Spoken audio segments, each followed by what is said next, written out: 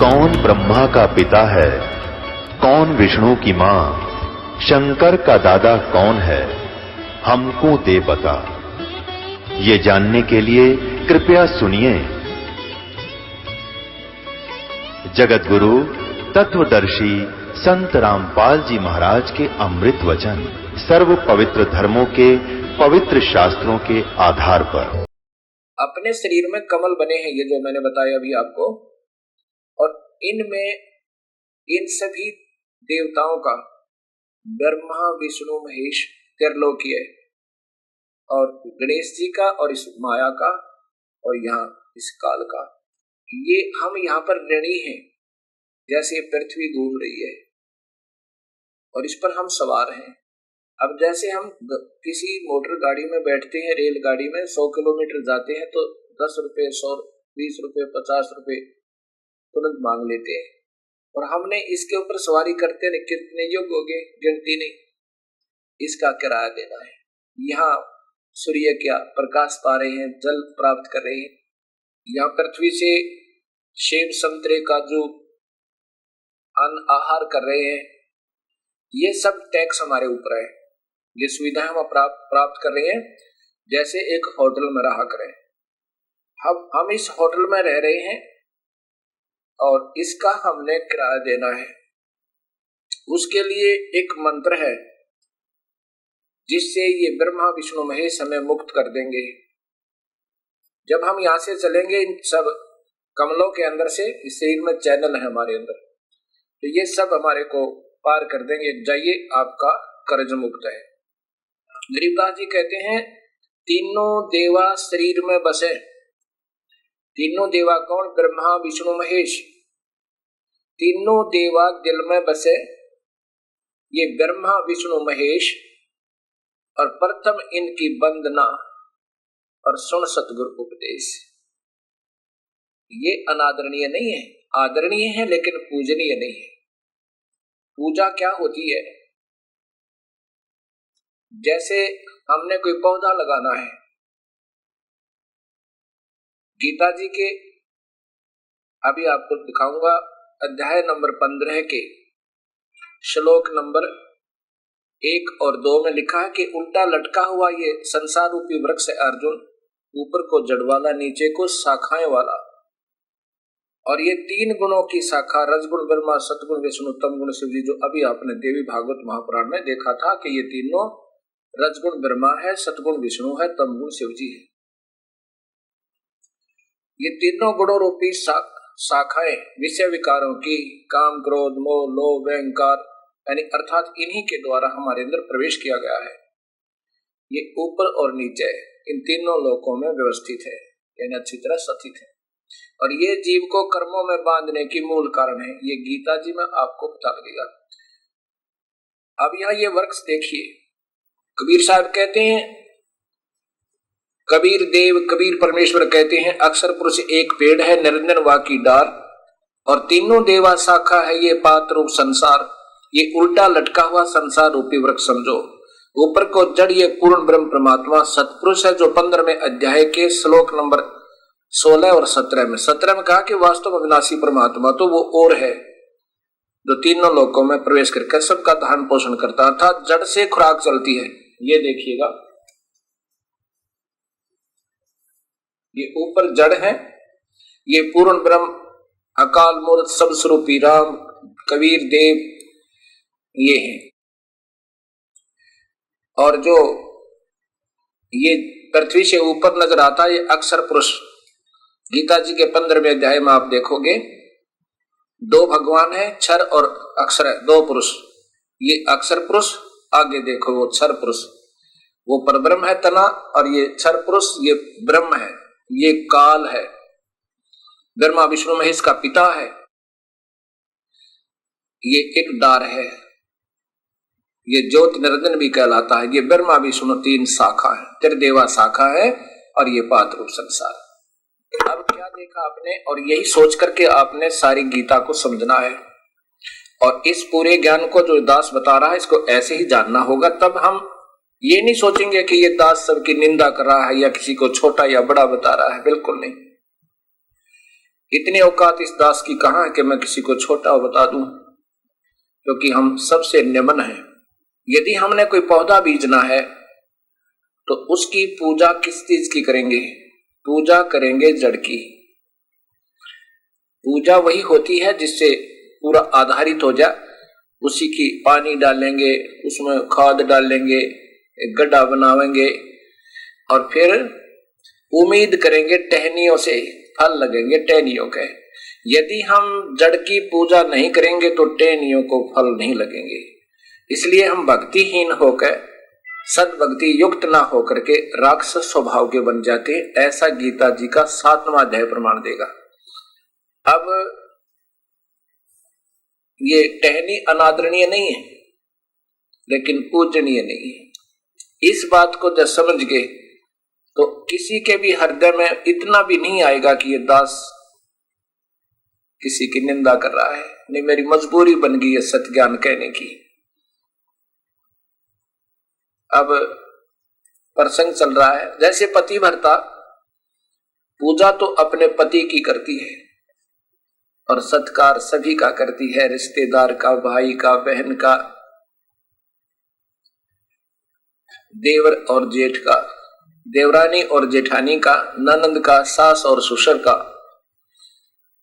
क्योंकि उनका जो सत्कार जितना है उतना ही करती है, लेकिन पूजा नहीं कर सकती। उनकी पूजा अपने पति की करेगी। ऐसे ही हमने अपने मूल मालिक कबीर परमेश्वर को एज ए पति, यानी हस्बैंड, पति माने हस्बैंड, मालिक, भगवान, कुलपति का मालिक मान के और उन्हीं की पूजा और फिर इन सब का सत्कार करना है। ये हमारे सहयोगी बनेंगे।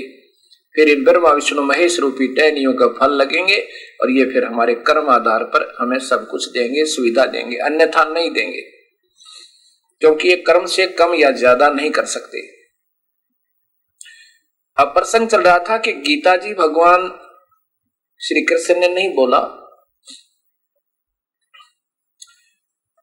ये तो काल बोल रहा था श्री कृष्ण में प्रवेश करके। और श्री कृष्ण जी को अर्जुन कह देता है कि हे कृष्ण मान रहे थे वो भी, अर्जुन भी के श्री कृष्ण बोल रहा है। कहते हैं हे भगवान, अर्जुन बोला कि इस पाप के युद्ध को करके राज भोगने से अच्छा तो हम भिक्षा का अन्न मांग कर गुजारा कर लेंगे तो भी उत्तम है। फिर कहते हैं हे भगवान, आप हमारे गुरु और मैं आपका शिष्य हूं। मेरी बुद्धि काम करना बंद कर गई है कि कौन सा कर्म मेरे लिए ठीक है, युद्ध करूं या ना करूं। आप मुझे जो मेरे हित में हो, हमारे लाभ में हो, हमारे फायदे में हो, वो वचन कहना। लेकिन मैं नहीं मानता हूं कि आपका कोई भी उपदेश मुझे युद्ध के लिए राजी कर लेगा। मैं युद्ध तो करूंगा ही नहीं, पर अब मुझे कोई नेक सलाह दे दो। ये तो भूल जाना कि मैं युद्ध करूंगा। और इसी का परिणाम है गीता जी के 18वें अध्याय के अंतिम अध्याय के और 73वें श्लोक में अर्जुन डरता हुआ कहता है कि हे भगवान, अब मैं समझ गया आपकी बात ने, मेरा मोह नष्ट हो गया और मैं युद्ध जैसे आप कहोगे ऐसे आपकी आज्ञा का पालन करूंगा। अब 18वें अध्याय में 3-4 श्लोक और बकाया रहते हैं। 73वें श्लोक में जाकर के डरते ने अर्जुन ने कि यदि इस भगवान ने फिर वो विराट रूप दिखा दिया मेरा हृदय फेल हो जाएगा। और ये मान नहीं रहे हैं, ये युद्ध करवाना चाह रहे हैं। अब सामने काल देख कर, मृत्यु देख कर अपनी अर्जुन ने लड़ना ही अच्छा समझा कि मर गए ना लड़ूंगा तो ये मार देगा, एक बार फिर दिखा दिया ये भयंकर रूप तो। और युद्ध में मर गए तो ये कह रहे हैं स्वर्ग चले जाओगे। भगवान बोल रहे हैं अर्जुन तेरे दोनों हाथों में लड्डू है, युद्ध में मर गया तो स्वर्ग जाएगा और विजयी हुआ तो राज्य के सुख का भोग भोगेगा। और उसी गीता जी में कहते हैं अर्जुन तो निष्काम भाव से युद्ध कर ले और जय और पराजय को भूल जा। अब जो ज्ञान दिया वो तो सत्य दिया, और जहां पर युद्ध करवाने की अटकड़ें लगाई वो अधूरी, वो व्यर्थ लगाई। तुझे कोई पाप नहीं लगेगा अर्जुन, ये तो मैंने सब मार रखे हैं, ऐसा युक्काल अटकने लगा गया। और फिर आगे चल के युद्ध के बाद जब युधिष्ठिर ने यज्ञ किया, बुरे बुरे स्वप्न आने लगे, भगवान श्री कृष्ण के कहने से यज्ञ किया, और भगवान श्री कृष्ण ने कहा कि तुमने जो युद्ध में जीव हत्या की थी, बंधुघात किया था, वो तुम्हें हानिकारक है। फिर वो गीता के श्लोक कहाँ गए जिसमें भगवान कहता है कि तुझे पाप नहीं लगेंगे अर्जुन, तेरे दोनों हाथों में लड्डू। जहां तक ज्ञान का सवाल है वो तो बिल्कुल सत्य है, और जहां तक ये अनर्थ कराने का सवाल है उसमें अपनी अटकलें इस भगवान काल ने जानबूझकर लगाई, वो स्पष्ट दिखाई देती है। अब युद्ध समाप्त हो जाता है और पांडव विजयी हो जाते हैं। युधिष्ठिर को राजगति प्रदान करके भगवान श्री कृष्ण कहते हैं कि मैं अब द्वारका जाना चाहता हूं। सभी ने मिलकर एक प्रार्थना की भगवान श्री कृष्ण से कि आप शीघ्र ही द्वारका जाने वाले हो, हमें एक सत्संग करके जाना, भक्ति मार्ग समझा के जाना, जिसके आधार पर हम अपना जीवन सफल करें। उसके लिए एक स्थान और समय निहित हुआ, दिन और समय निहित हुआ। उस निश्चित दिन को, तिथि को सभी श्रोतागण आकर के सत्संग स्थल पर विराजमान हो रहे हैं। भगवान श्री कृष्ण और अर्जुन टहल रहे हैं उस सत्संग स्थल के अंदर एक पार्क में है। उस दिन अर्जुन कहता है भगवान श्री कृष्ण से कि हे भगवान, आपने जो गीता जी का ज्ञान मुझे सुनाया था युद्ध के दौरान, वो आज ज्यों का त्यों सुनाना भगवान। अब मैं तो भूल गया हूं क्योंकि युद्ध करना पड़ा ना, इस करके मैं भूल गया। तब श्री कृष्ण जी कहते हैं कि अर्जुन तो बड़ा श्रद्धाहीन, बड़ा बुद्धिहीन है, तो इतने निर्मल ज्ञान को क्यों भूल गया नादान, तुझे नहीं भूलना चाहिए था। अब फिर स्वयं कहते हैं कि मुझे तो मालूम नहीं, पूरा का पूरा मैं नहीं बता सकता, ज्यों का तो मैं नहीं कह सकता, अब मुझे याद नहीं।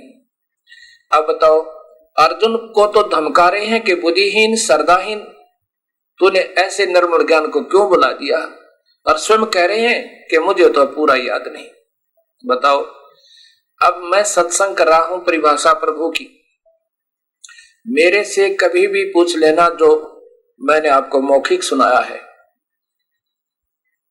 और आप जो सुन रहे हो एक बार सुनने में ज्यादा से ज्यादा आपको 20%, ज्यादा ही कोई इंटेलिजेंट है 30% एक सत्संग याद रहेगा। और मेरे से जब पूछोगे, जब सुना दूंगा, आपको याद नहीं हो सकता।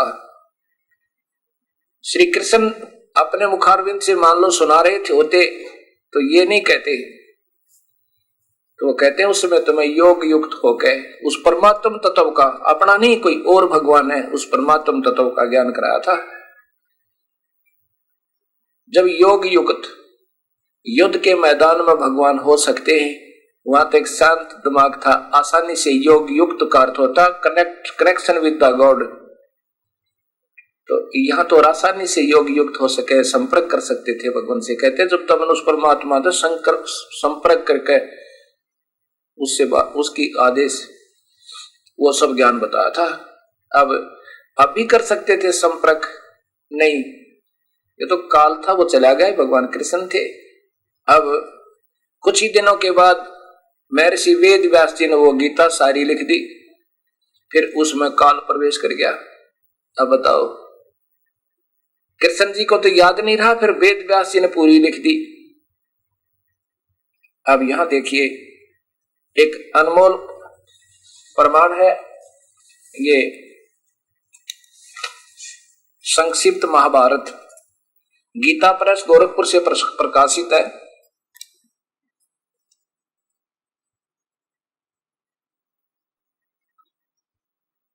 गीता प्रेस गोरखपुर से प्रकाशित है। ये द्वितीय भाग है मेरे पास, और इसमें ये स्पष्ट लिखा है,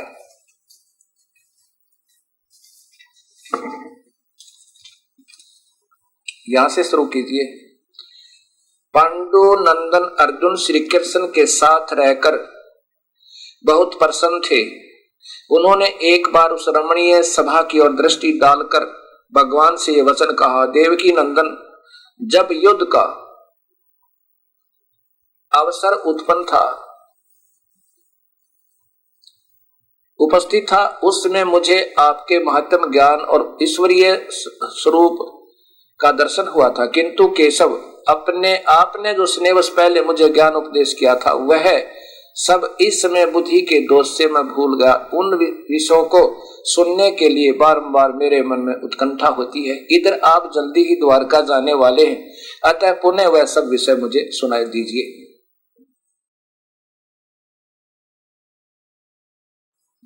कृष्ण जी बोले, अर्जुन, उस समय मैंने तुम्हें अत्यंत गोपनीय विषय का श्रवण करा था। अपने स्वरूप भूत धर्म सनातन पुरुषोत्तम तत्व का परिचय दिया था और नित्य लोकों का भी वर्णन किया था, किंतु तुमने जो अपनी नासमझी के कारण उस उपदेश को याद नहीं रखा, यह जानकर मुझे बड़ा खेद हुआ। उन बातों का अब पूरा स्मरण होना संभव नहीं जान पड़ता। पांडुनंदन, निश्चय ही तुम बड़े बुद्धिहीन हो, श्रद्धाहीन हो, तुम्हारी बुद्धि अच्छी नहीं जान पड़ती। अब मेरे लिए उस उपदेश को ज्यों का त्यों दोहरा देना कठिन है, क्योंकि उस समय योग युक्त होकर मैंने परमात्म तत्व का वर्णन किया था। अब ये समझ लेना भक्तात्मा,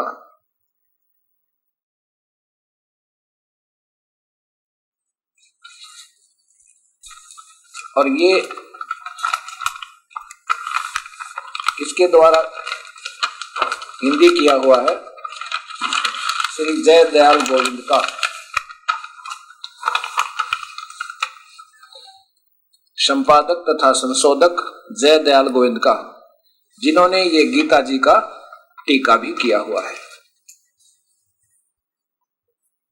द्वितीय खंड संक्षिप्त महाभारत। अब इन तथ्यों का सत प्रमाण मिलने के बाद ये तो सब सिद्ध हो गया कि भगवान श्री कृष्ण ने तो गीता बोला ही नहीं था।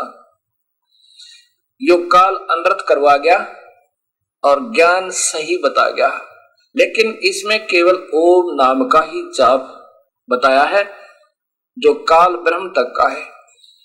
गीता जी के 17वें अध्याय के 23वें श्लोक में लिखा है कि ओम तत्सत, ये मंत्र उस भगवान के जपने के। ओम अकेला नहीं, पहले तो इन्होंने कहा केवल एक ओम नाम जप और मेरा ध्यान कर ब्रह्म काल तक का, और फिर कहा कि नहीं, यदि तूने पूर्ण भक्ति करनी है तो 3 मंत्र का जाप है, उस पूर्ण परमात्मा को पाना है, और उसको वो संत देंगे जिनको पूर्ण ज्ञान है, और कोई नहीं बता सकता। ये देखिएगा,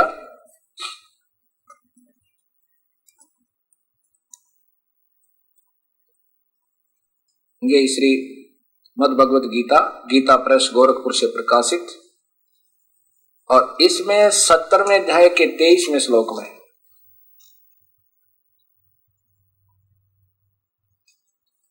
श्लोक नंबर 23 में ये देखो, ओम तत्, पहले संस्कार देखिएगा। ओम तत् सत इति निर्देश है, ब्रह्मणे त्रिविध स्मृत है। ओम, ओम तो पहले बता रखा कि मेरा नाम ओम, मेरा मंत्र तो ओम है, इसका जाप करें। और तत् सत, ये 2 संकेतिक मंत्र हैं जो ये दास देवगा आपको, ये निर्देश है। निर्देश के अंदर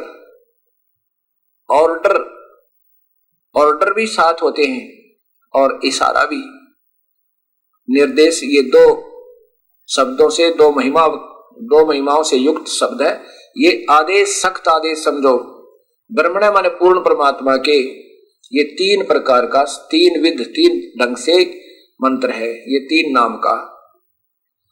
ब्राह्मण माने भगवान आत्मा, जानकार लोग इस वेद, इस ज्ञान को समझ के विहिता पुरा सृष्टि के प्रारंभ में इसी विधि से सब अपनी साधना प्रारंभ किया करते थे।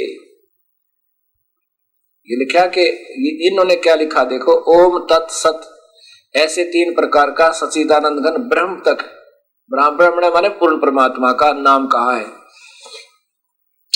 इससे सृष्टि के आदि काल में ब्राह्मण और वेद तथा यज्ञ आदि रचे गए।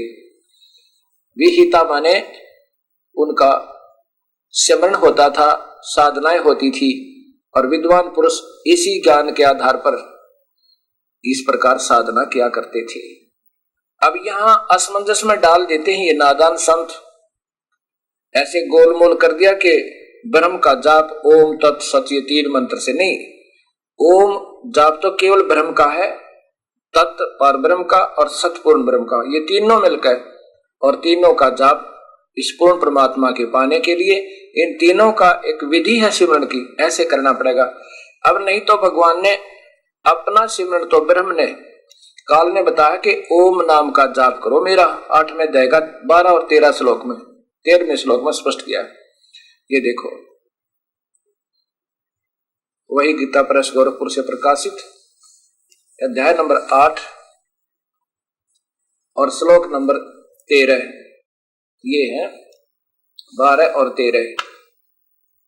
इसमें सीधा लिखा कि ओम इति अक्षरात ब्रह्म, इस ब्रह्म का तो केवल ये ओम जाप है। इन्होंने कैसे खोला है ये देखिए, इन्हीं की भाषा समझे। पहले सब इंद्रियों को के द्वारों को रोककर तथा मन को वश में स्थिर करके हृदय देश में स्थित करके उस जीते हुए मन के द्वारा प्राण को मस्तक में स्थापित करके परमात्मा संबंधी आत्मने योग धारणा में स्थिर हुए जो पुरुष ओम, ये देखो सीधा ओम, इस एक अक्षर रूप ब्रह्म को उच्चारण करता हुआ उसके अर्थ स्वरूप मुझ निर्गुण ब्रह्म का चिंतन करता हुआ शरीर को त्याग कर जाता है, वह पुरुष परम गति को प्राप्त होता है। इसकी परम गति ब्रह्मलोक है, जो वो भी नाशवान है, एक ब्रह्मांड का ब्रह्मलोक है। और ये कहता मुझे तो इस ओम नाम से ही भजा जाता है। और उस परमात्मा के पाने के लिए 3 नाम का मंत्र है। अब आचार्य सुधांशु जी द्वारा ही इन्हीं के कर कमलों द्वारा लिखी हुई ये देखो श्रीमद् भगवत गीता का इनके द्वारा भाषा भाष्य। पहले ये देखो शपथ अथ 10 अध्याय 17वां अध्याय और इसका देखो फिर 23वां श्लोक।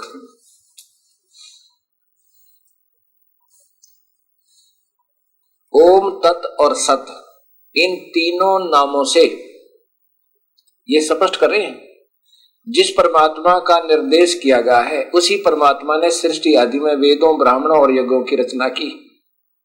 ये 3 नाम।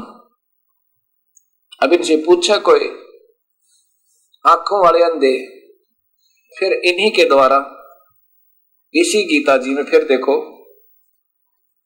ये अध्याय नंबर 8 में आचार्य सुधांशु जी द्वारा ही इनके कर कमलों द्वारा भाषा भाष्य टीका अध्याय नंबर 8 श्रीमद् भगवद गीता और श्लोक नंबर 12 और 13 आप स्वयं देखें। ये 13 लिखा है कि और जो एक अक्षर ओम जो कि ब्रह्म है का उच्चारण करता हुआ मुझे स्मरण करता हुआ अपने शरीर को त्याग कर संसार से प्राण करता है वह उच्चतम लक्ष्य परम गति को प्राप्त होता है। परम गति कहाँ? ब्रह्मलोक में पहुंच जाता है। जैसा कि भक्तात्माएं सुन रही हैं इस सत्य ज्ञान को, ये तब शास्त्रों में प्रमाण है। अब कोई ट्या करो, कोई कुछ कहो, समाज नहीं मानेगा,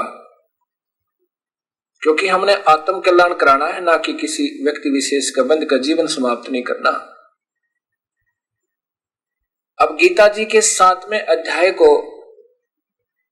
आपके सामने पेश करता है ये दास। उसमें सबसे पहले श्लोक नंबर 12 से आपको शुरुआत होगी। उसमें क्या लिखा है कि ये तीनों गुण रजगुण सतगुण और तमगुण से जो कुछ भी हो रहा है अर्जुन ये तू मुझसे ही जान, लेकिन मैं इनमें नहीं हूं और ये मुझ में नहीं है। अब ये कौन कह रहा है? ये ब्रह्म बोल रहा है श्री कृष्ण जी के शरीर में। उस पुण्यात्मा श्री कृष्ण जी को तो मालूम भी नहीं मैंने क्या कहा था गीता में। ये देखिएगा श्रीमद् भगवत गीता आचार्य सुधांशी सूजी द्वारा ही महाराज जी के द्वारा कर कमलों द्वारा टीका, अध्याय नंबर 7 है ये, इन्हीं के द्वारा सब अध्याय 7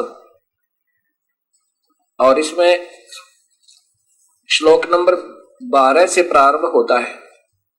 पहले तो व्याख्या की है भगवान ने, मैं रस हूं, मैं ऐसा हूं, वो ऐसा है। अब देखो,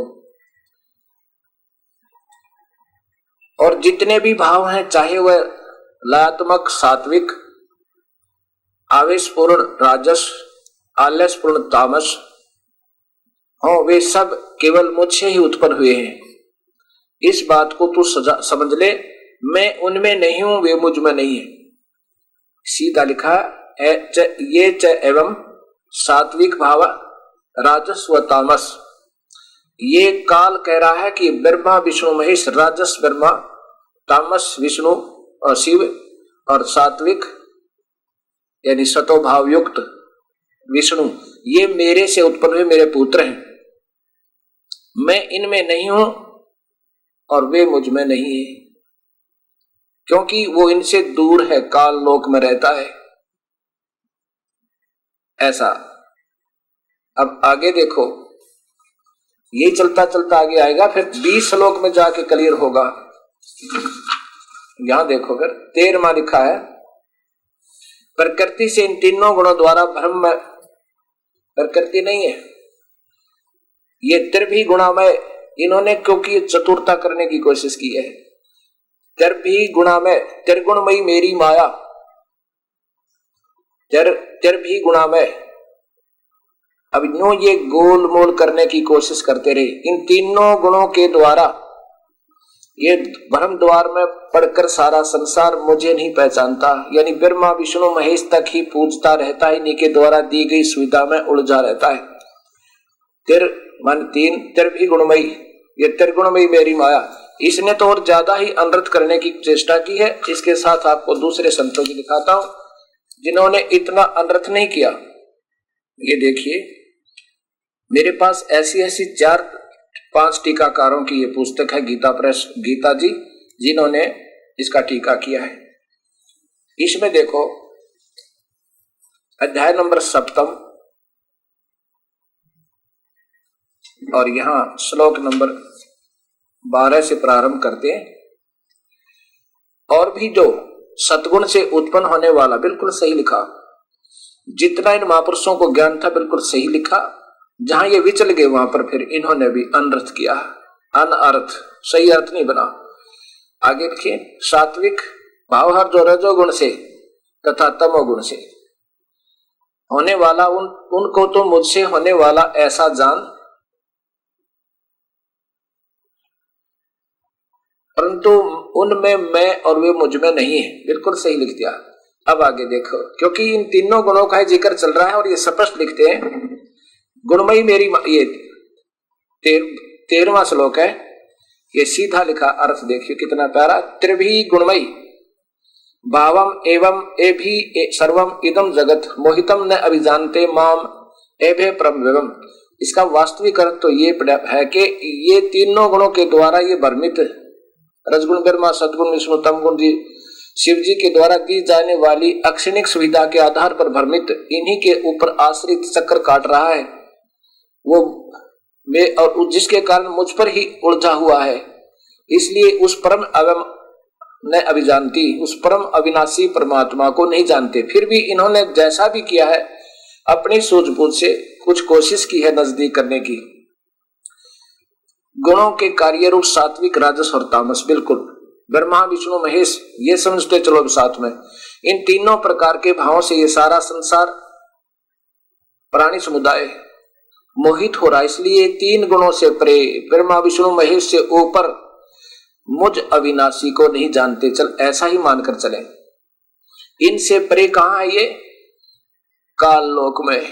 जैसा कि आप फिर देखिए ब्रह्मांड का चित्र, के साथ साथ आपने देखना पड़ेगा।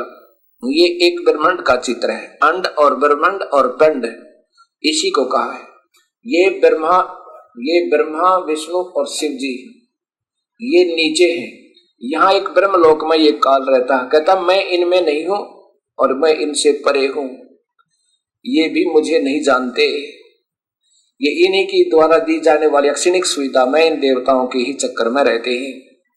अब देखिएगा ये 21 ब्रह्मांड काल के चित्र, ये 4 महाब्रह्मांड हैं। एक महाब्रह्मांड में ये 5 ब्रह्मांड हैं, ये महाब्रह्मांड, और इनमें ये 5 ब्रह्मांड जो अभी आपने देखे थे, इनमें ये ब्रह्मा विष्णु महेश है, जिसमें इनको अजर अमर बता रहे थे ये अनजान महात्मा। ये काल इसमें इन हर एक ब्रह्मांड में तो ये काल रूप में रहता है, और यहाँ ये महाकाल रूप में इनसे भी न्यारा और रहता है। 21-20 ब्रह्मांडों को बांध कर 21वें ब्रह्मांड में यहाँ महाकाल रूप में रहता है। यहाँ पर ये तपस्विला है, इन जीवों को गोल के खाता है। इसलिए करा कि मैं इनसे परे, इन गुणों से परे, ब्रह्मा विष्णु महेश से दूर, ये मुझे नहीं जानते। अब ये देखिए अध्याय नंबर 7 का श्लोक नंबर 14। अब ये टीकाकार जय दयाल गोविंद का गीता प्रेस गोरखपुर से प्रकाशित है। इस महापुरुष ने कम अनर्थ किया है, जहां बिल्कुल ही समझ से बाहर होगी तभी किया है, और ये सुधांशु जी ने जानबूझकर अनर्थ किया है। ये देखो वो चतुरता दिखाई अपनी। इसमें देखो चल रहा देवी ही ऐसा गुणमयी मम माया दुर्ततया माम एवं ये प्रपदन्ते माया एताम तरंती ते। अब देखो उसी तीन गुणों वाली माया का ब्रह्मा विष्णु महेश का जिक्र चल रहा है, क्योंकि यह अलौकिक अर्थात अद्भुत गुणमयी मेरी माया बड़ी दुष्ट है, कठिन है, खतरनाक है, और जो मुझको निरंतर भजते हैं वे इस माया का उल्लंघन कर जाते हैं। आगे देखो, क्योंकि इन 3 गुणों का ही जिक्र चल रहा है। न माम दुष्कृतिन मूढ़ा प्रपदन्ते नराधमा माया। ये देखो माया के द्वारा, इस तीनों गुणों रूपी माया के द्वारा अपहर्त ज्ञान असुरम भावम आश्रिता। माया के द्वारा, इस त्रिगुणमयी माया के द्वारा, क्योंकि इस त्रिगुणमयी माया का जिक्र चल रहा है। ये तो ब्रह्मा विष्णु महेश के जाल द्वारा, रजगुण ब्रह्मा सतगुण विष्णु तमगुण जी शिव जी द्वारा जिनका ज्ञान हरा जा चुका है। ये देखो ऊंचा देखो, पूरा खुला देखो अच्छी तरह। माया के द्वारा जिनका ज्ञान हरा जा चुका है, वो असुर भावम के जो केवल ब्रह्मा विष्णु महेश तक के दिए जा रही सुविधा, उनकी पूजा से वो असुर भाव को धारण किए हुए, असुर भावम आश्रिता नराधम, मनुष्यों में महानीच, मनुष्यों में नीच अर्थात गंदे कर्म करने वाले, दुष्कृतिन ब्रह्मा तीनों गुणों की पूजा को तो दुष्ट कर्म बताया है। दुष्कृत दूषित कर्म करने वाले मूढ़ लोग मुझको नहीं भजते। आप सुधांशु जी की चतुरता दिखाता हूं आपको, अनर्थ करने की कितनी अजब कोशिश की है, जो कि नहीं चाहिए थी। समझ में ना आवे तो चुप हो जावे। अब वही 7वां अध्याय आदरणीय आचार्य सुधांशु जी महाराज द्वारा टीका देखियो श्रीमद् भगवत गीता का। ये देखो पहले अध्याय नंबर वही 7 है, श्लोक नंबर 14 देखो क्या कहते हैं। मेरी इस गुणमयी देवी माया को जीत पाना बहुत कठिन है, परंतु जो लोग मेरी शरण में आते हैं उसको पार कर जाते हैं। अच्छा आगे देखो, बुरे कर्म करने वाले जो मूर्ख हैं, जो मनुष्यों में नीच हैं, नराधम जिनकी बुद्धि भ्रम के कारण बह गई है, और जो असुरी भाव के हुए मेरी शरण में नहीं आते। बता ये गोल गोल कर दिया माया, इस त्रिगुणमयी माया के द्वारा। अब देखो इस महापुरुष का, अब ये जानबूझकर सच्चाई को छुपाने की भरसक प्रयत्न चेष्टा की गई है। अब आप देखिए ये देखो इसी महापुरुष के द्वारा, श्री जयदयाल गोविंद जी के द्वारा, ये 15वां श्लोक, ये अध्याय नंबर 7 का। माया है, स्पष्ट है। यहां पर ये भी थोड़ा सा गोल करके, कौन सी माया? वही त्रिगुणमयी माया, ब्रह्मा विष्णु महेश के द्वारा उन्हीं की पूजा पर आधारित जो अक्षणिक सुख उन्हें प्राप्त होता है, जिनका ज्ञान हरा जा चुका है इस माया के द्वारा, वो असुर स्वभाव को धारण किए हुए मनुष्यों में नीच दूषित कर्म करने वाले मूढ़ लोग मुझको नहीं बचते, यानी ब्रह्म साधना नहीं करते। वो ब्रह्मा विष्णु महेश और उनसे नीचे की तीनों गुणों से तक और उनसे नीचे की भक्ति में ये मूर्ख लोग, दुष्ट आत्मा, दुष्कृत, ये पूरे कर्म बताए जो ब्रह्मा विष्णु महेश त्रिगुण की साधना करते हैं, ये गीता बता रही है।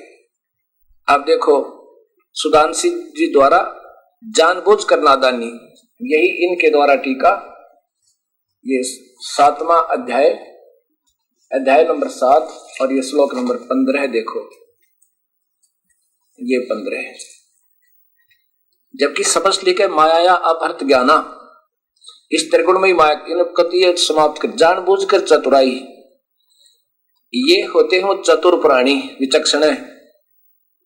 बुरे काम करने वाले जो मूर्ख, वो खत्म कर दी, वो अक्षर ही छोड़ दिया।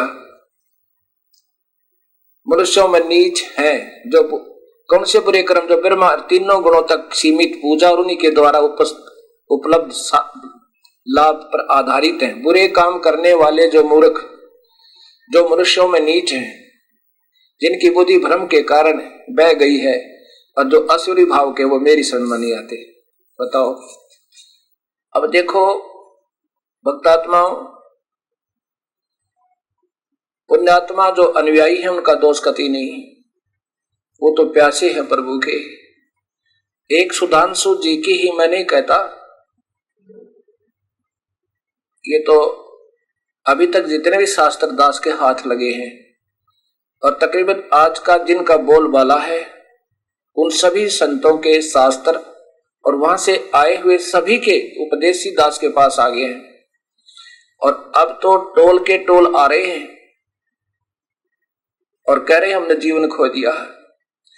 अब ये अनजान व्यक्ति जिनको ज्ञान नहीं था तो चुप हो जाते, क्या जरूरी था टीका करना? ये पहले महापुरुषों ने जैसा ज्ञान था वैसा कर ही दिया था, इसको और उलझाना काहे की बुद्धिमता थी। इनके लिए कबीर साहब की पुण्यात्मा, उनको जिन्होंने उस कबीर परमेश्वर को आंखों देखा, उनके सतलोक में कि ये परमेश्वर है, फिर आकर देखा कि कबीर साहब का ज्ञान न मिलने से ये अनजान मार्गदर्शक, ये अपनी सूझबूझ से सच्चाई को उलझा देते हैं और इन भोली आत्माओं को अपने पीछे मीठी मीठी बात बनाकर लगा देते हैं। गरीबदास जी कहते हैं ये चातुर प्राणी चोर हैं, जो शास्त्रों को गुमराह कर रहे हैं, उनमें फेर बदल कर देते हैं, जानबूझकर अर्थ नहीं कर रहे, अनर्थ कर देते हैं। ये चातुर प्राणी चोर हैं, मोट मुग्ध है ठोठ, जो इनके पीछे लगे हुए हैं, वो भोली आत्मा है। वो इस सच्चाई को भी अगर नहीं समझ पाएंगी, इतने प्रमाण मिलने से भी नहीं अपनी जान बचाएंगी, तो उनको कहा वो मूड मुग्ध है ठोठ, फिर वो सत भक्ति के योग नहीं है, वो इन्हीं के पीछे लगे रहो, इनके दे गलजोट।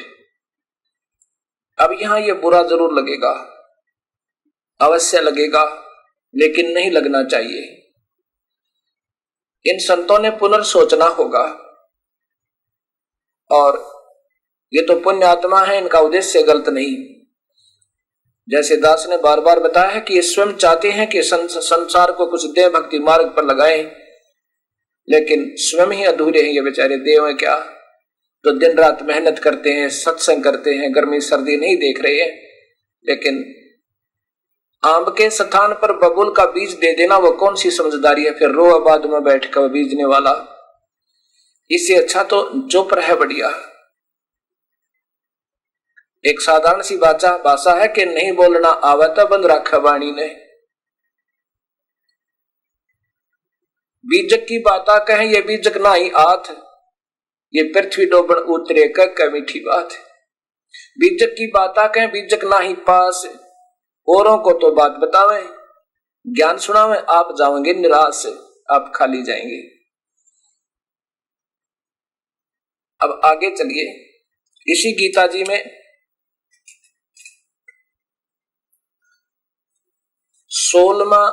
7वें अध्याय का 16वां श्लोक है। पहले तो बता दिया कि 3 गुणों, रजगुण ब्रह्मा, सतगुण विष्णु, तमगुण शिव जी, इनकी पूजा से और जो कुछ भी सुविधाएं प्राप्त होती हैं वो अक्षिणिक है। वो आगे 20, 21, 22 और 23 श्लोक बताएगा आपको। अक्षिणिक है और जो इन्हीं तक सीमित है, इन्हीं की पूजा में लगे हुए हैं और जिनका ज्ञान इस अक्षिणिक सुविधा में, सुख सुविधा में इन तीनों गुणों के द्वारा हर लिया, वो कहते हैं नीच व्यक्ति, असुर स्वभाव को धारण किए हुए और दुष्कृत बुरे काम करने वाले, यानी गलत पूजा है ये। एक ब्रह्म साधना ते नीचे, तो ब्रह्म कह रहा है कि मेरे से नीचे जो पूजा है वो तो मूर्खों की और दुष्कर्म, अविधि पूर्वक, शास्त्र विरुद्ध। ये अभी इस 7वें अध्याय का आपको 20, 21 और 22, 23 श्लोक बताएगा।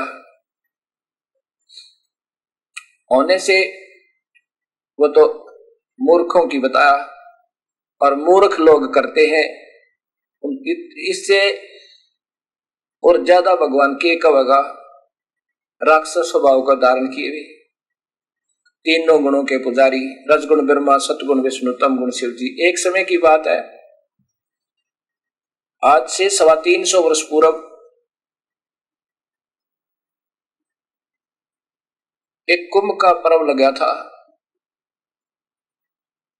हरिद्वार हर की पैड़ियों पे, और उस शुभ दिन को स्नान करने के लिए इन नादानों की दृष्टि अपने दृष्टिकोण है, क्योंकि गीता से बाहर की साधना है ये कुंभ की पर भी लेना, इसलिए अविधि पूर्वक है, क्योंकि गीता में नहीं लिखा वो और वेद में नहीं लिखा। कबीर साहब, गरीबदास जी, गुरु नानक देव जी, धर्मदास जी, इनकी वाणी में नहीं लिखा, वो अविधि पूर्वक है। कुंभ का पर्व निश्चित हुआ, लाखों की, हजारों की संख्या में ये तीनों गुणों के उपासक, ब्रह्मा विष्णु महेश के उपासक, पुरी गिरी और साथ में वैष्णो साधु, नागा साधु, ये सब अपने अपने खेमों में इकट्ठे हो गए। जब आया नहाने का समय, सभी अपने अपने संप्रदाय के साथ, अपने समूह के साथ प्रस्थान किया स्नान स्थल पर, हर की पैड़ियों पे। वहां जाकर नागा साधु सबसे पहले पहुंच के कहने लगे, नागा जो बिल्कुल नगन रहते हैं, कि सबसे पहले हम स्नान करेंगे, हम त्यागी और बैरागी हैं, हम सर्वश्रेष्ठ हैं, हम वस्त्र तक की इच्छा नहीं, हम निरिच्छा है, निर्मोही है। उस पर वैष्णो साधु, विष्णु जी के उपासक, कहने लगे, तुम बेसुरो, कभी नहाना नहीं, धोना नहीं, शरण फड़ रहना, पशु की तरह तुम नंगे फिरते हो, बेहया हो, ऐसे ऐसे कटु शब्द कहे, और हम श्रेष्ठ हैं, हम भगवान विष्णु के उपासक हैं, हम वैष्णो साधु हैं, हम सबसे पहले नहाएंगे, तुम बाद में नहाना। इस बात पर उन दोनों गुटों की कहासुनी होगी, मुक्का मुक्का लड़ाई होगी, तलवार भाले त्रिशूल निकाल आए और नहाना भूल गए। वह पर भी गई, भगवान का प्यार गया जहां हर की पैड़ियों पर वो स्नान करने और मुक्ति के लिए आए थे, वो दूसरी मुक्ति होगी। वहां पे एक दूसरे को कत्लेआम कर दिया, 25,000 व्यक्ति आपस में लड़कर मर गए और खून की नदी बहा दी, वो गंगा का पानी लाल कर दिया। यहां पर कबीर साहब की प्यारी आत्मा कबीर साहब के संपर्क में आकर सतज्ञान भंडार खुल गया उनका। उन्होंने कहा कि तीर, तुपक, तलवार, कटारी, जम थड़ जोर बधावे हैं, हर पैड़ी हर हेत ना जाना, और वहां जाकर चलावे। वह भगवान का प्यार भी भूल गए और भगवान की पैड़ी कहे, और वहां भगवान से भी ना डरे, उनकी उपस्थिति कहते हैं वहां भगवान की पैड़ी है। हर पैड़ी हर हेत न जाना, वहां जाकर चलावे हैं, और काटे शीस नहीं दल करुणा, वो जग में साध कमावे। और जो जो उनके शरणा जावे, उनके दर्शन जावे, उनका पुजारी हो जाए उन संतों का, उनको भी नरक पठावे हैं। ये भी पैदा है पैदे से भेद अलैदा। ये व्यर्थ है, क्योंकि गीता बता रही है ब्रह्म साधना से नीचे जो पूजा की और यहीं तक सीमित है वो तो अधूरे, और ये आपके सामने है राक्षस स्वभाव को धारण किए हुए दुष्कर्म करने वाले और नीच मूर्ख, ये मुझे नहीं बजते। अर्जुन ब्रह्म साधना नहीं करते, अर्थात मुझ काल की भी पूजा नहीं करते, ये नीचे तक फंसे रहते हैं। अब आगे बताते हैं 7वें अध्याय का 16वां श्लोक है। हे अर्जुन, उत्तम कर्म करने वाले, वो तो नीच कर्म लिखे दुष्कर्तिन, अब बढ़िया साधना करने वाले यानी ओम नाम से शुरू होते हैं, और ब्रह्म की साधना जो करते हैं, नीचे के ब्रह्मा विष्णु महेश और देवताओं की पूजा नहीं करते, उनमें भी 4 प्रकार के साधक हैं। एक तो अर्थार्थी अपने धन लाभ के लिए, और दूसरे अर्थ होते हैं अपने कष्ट निवारण के लिए, और जिज्ञासु ज्ञान प्राप्ति करने के लिए केवल ज्ञान पढ़ते हैं, शास्त्रों का पठन पाठन करते हैं। और वही चौथे ज्ञानी जिन्होंने ज्ञान प्राप्त कर लिया, ज्ञान योग युक्त हो गए, जितना उन्हें ज्ञान हुआ कि ब्रह्म साधना से नीचे तो बिल्कुल नहीं करनी, तो वो ज्ञानी बहुत श्रेष्ठ है। वो ज्ञानी मुझे प्यारे और उनको मैं प्यारा, क्योंकि उन ज्ञानियों को ज्ञान हो गया, वेदों के आधार ज्ञान हुआ कि एक ब्रह्म न छोड़कर नीचे की पूजा नहीं करनी। वो तो अब बार बार कहना शोभा भी नहीं देता, ये गीता बता रही है। ऐसे व्यक्ति करते हैं, तीनों गुणों से लेकर नीचे तक की भक्ति नहीं करनी। तो उनको ज्ञान हुआ कि ओम नाम है वेदों में, ओम नाम का जाप जपो। अब उनको उस परमात्मा के वजन का बेरा ज्ञान नहीं हुआ, इसलिए ये सब उलझ गए। अब केवल ओम नाम पर बैठे रहे और खूब दिन रात साधना की, जैसे चुनक ऋषि ने, दुर्वासा जी ने और कपिल मुनि जी ने, आदि आदि। ये ज्ञानी आत्मा, अब 18वां श्लोक स्पष्ट करता है कि ये ज्ञानी आत्मा जिनको ज्ञान हुआ वेदों के आधार पर कि नीचे की 3 गुणों की भक्ति तो व्यर्थ मूर्ख लोग करते हैं, ब्रह्मा विष्णु महेश, और उनके नीचे के देवताओं की वो तो नादान व्यक्ति करते हैं, क्योंकि ये गीता जी का 7वें अध्याय का 12 से 15 श्लोक स्पष्ट करता है, आपके सामने है। इसलिए उन्होंने ओम नाम के जाप को पूर्ण परमात्मा का मान के और अपने शरीर की भी परवाह नहीं की, न्यौछावर कर दिया। दिन रात साधना की ओम नाम का ध्यान लगा कर जाप करते करते उनमें प्रभु नहीं मिला, क्योंकि ओम नाम के जाप से परमात्मा प्राप्ति नहीं, ये काल का जाप है, और काल कहता मैं किसी मंत्र से मिल नहीं सकता, प्रभु तो मिलता नहीं। तो उनमें एटम बम बन जाते हैं वो सिद्धियों के, और फिर जो उन्होंने मेहनत की उसका भी फल मिलता है। इन ब्रह्मा विष्णु महेश की पूजा से ज्यादा मिलता है। वो ब्रह्मलोक में एक स्वर्ग बना रखा है, महास्वर्ग, जो आपको बार बार चित्र में दिखा रहा है दास। ये वहां पहुंच जाते हैं। पहले तो यहाँ इनसे अपना काम लेता है, इन्हीं के अपने रिमोट से इनको यहाँ प्रयोग करता है, और फिर जो ये पाप करते हैं अपनी सिद्धि के द्वारा, उनका पाप कर्म में इनका लेखा लिख देता है। और इस ओम नाम के जाप की कमाई के आधार पर इनको महास्वर्ग में सुविधा काफी हजारों वर्षों तक, लाखों वर्षों तक, युगों तक वहां रख देगा, और फिर नरक में जाएंगे उस पाप कर्म के किए अनुसार, और फिर 84 में गधे बनेंगे ये देवता ओम नाम के जाप तक। जैसे अब 17वें श्लोक को सुलझाने के लिए ढेर सारे प्रमाण देने पड़ेंगे आपको। 7वें अध्याय के 17वें श्लोक को गीता जी के, नहीं तो आपके पल्ले नहीं पड़े। अब समझ में आ जाएगा। अब जैसे इन महापुरुषों ने जाना कि ओम नाम वेदों में लिखा है, लेकिन ये नहीं जाना कि इससे आगे और भगवान भी लिखा है, और इस आधार पर महापुरुषों ने साधनाएं की। इसके बीच में थोड़ा सा और आपको दिखाता हूं। अब देखो, आचार्य सुधांशु जी द्वारा वेद श्रीता में इन्होंने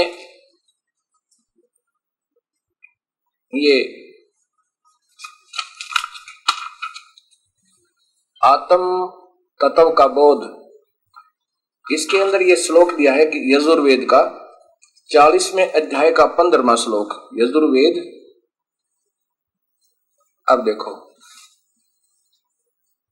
वायुर अनिलम अमृतम एतद भस्मानां शरीरम ओम कर्तो समर कल्वे समर कर्तम समर। इसका अर्थ बनता है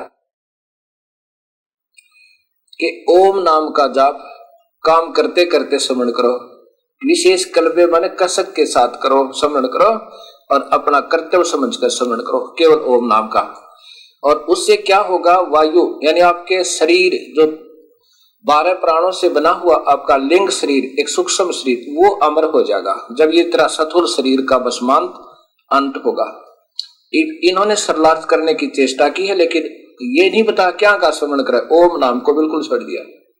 हे मनुष्य शरीर में बैठे हुए प्राण तत्व और परमात्म तत्व के कारण ही शरीर चलता है। आत्म तत्व विनाशी है, शरीर भस्मांत है अर्थात भस्म होने वाला है, शरीर नश्वर है, आत्मा विनाशी तत्व है। कर्तम समर के हे जीव अपने कर्मों को याद कर, अपने कर्तव्य को याद कर, कर्मशील बन, यथार्थ शक्ति को याद कर।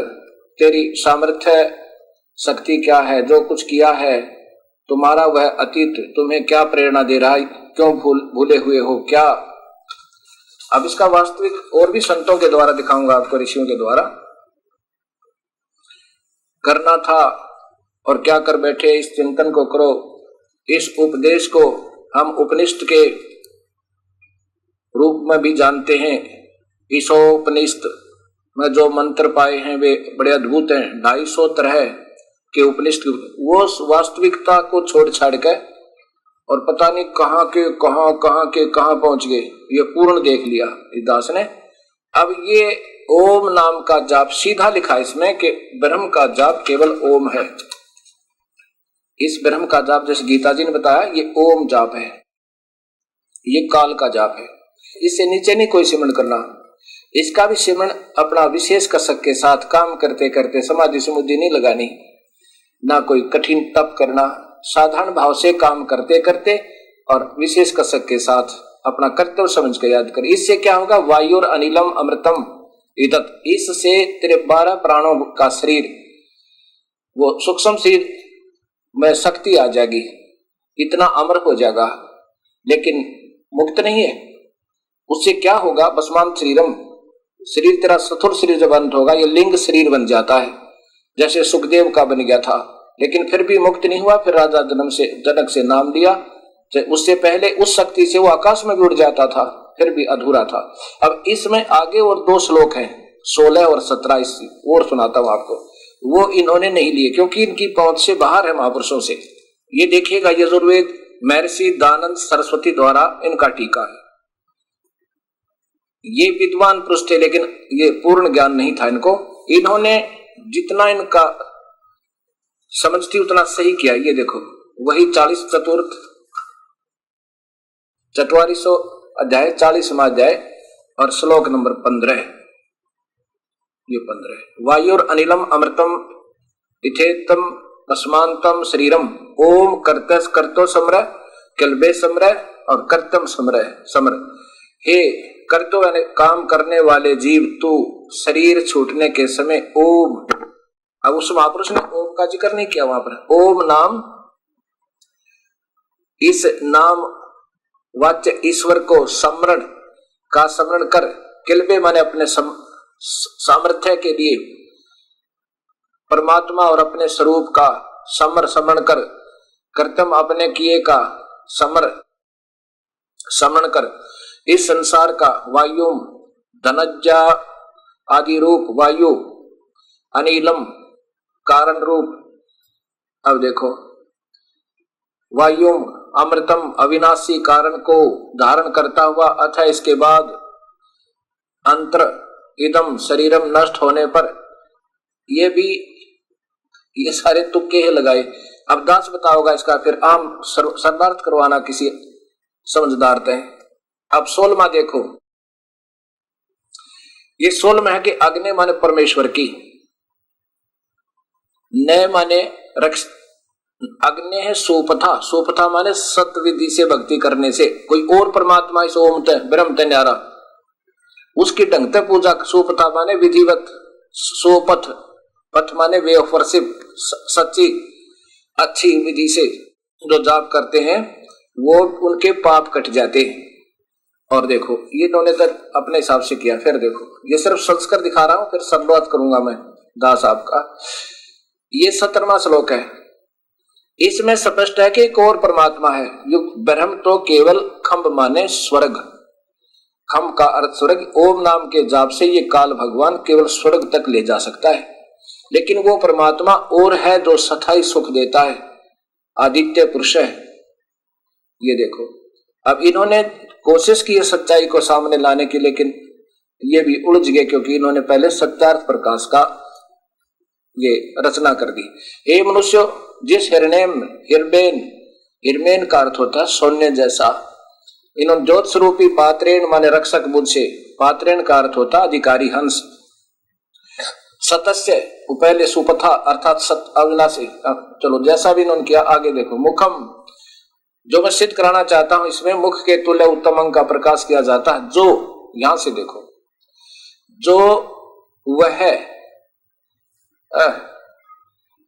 प्राण या वायुमंडल में पूर्ण परमात्मा और है, और वह तो प्रोक्ष है, वो तो गुप्त है, एक भगवान और है, इस ब्रह्म तो ऊपर वो गुप्त है।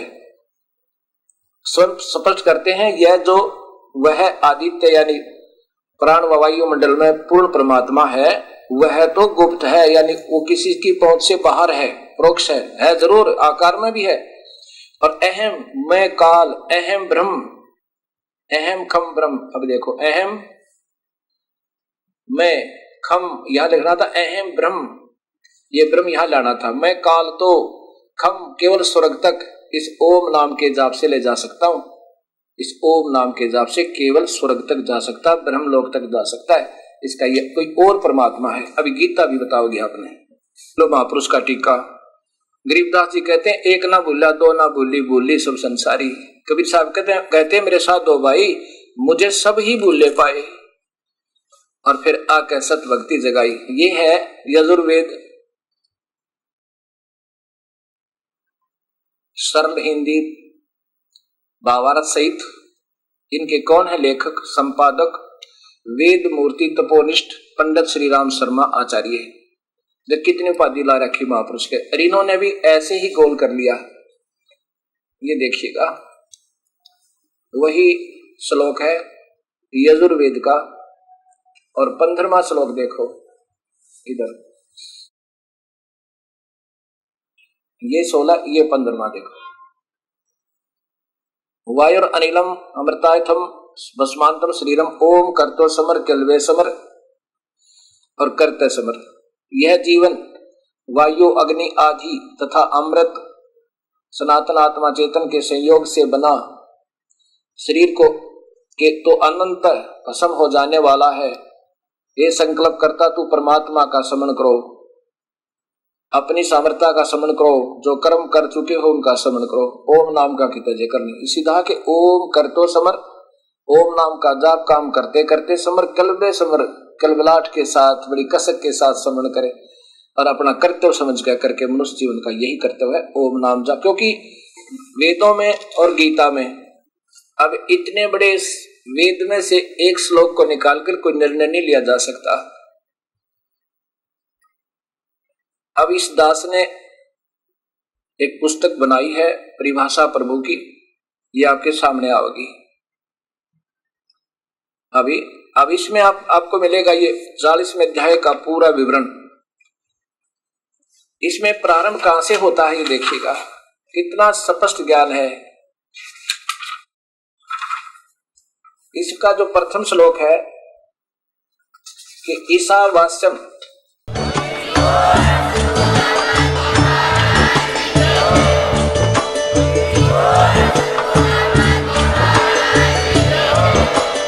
आप सुन रहे थे जगत गुरु तत्वदर्शी संत रामपाल जी महाराज जी के मंगल प्रवचन। अधिक जानकारी के लिए विजिट कीजिए हमारी वेबसाइट www.jagatgururampalji.org। संत रामपाल जी महाराज जी के शुभ आशीर्वाद से पूरे विश्व भर में 500 से भी ज्यादा नाम दीक्षा केंद्र हैं, जिन पर संत रामपाल जी महाराज जी द्वारा ऑनलाइन निशुल्क नाम दीक्षा दी जा रही है। अपने नजदीकी नाम दीक्षा केंद्र का पता करने के लिए संपर्क करें 8222880541।